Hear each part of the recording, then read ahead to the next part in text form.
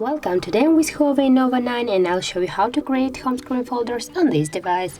So first, just drag with your finger one application to the another application by this way, and now just you can see the new folder on your screen.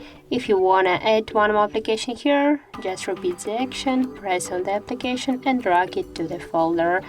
Also, you can add more applications by tapping on this plus icon and just tap to the checkbox and just select the application what you want to add here. So now we can see they was added successfully here.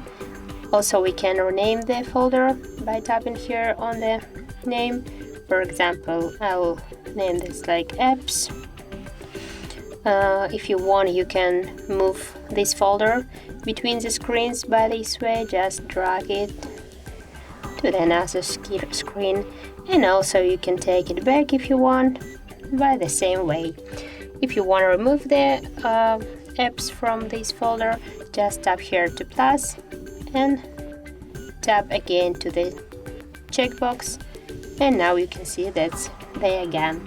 So that's it. If you found this video helpful, leave like, comment and subscribe our channel.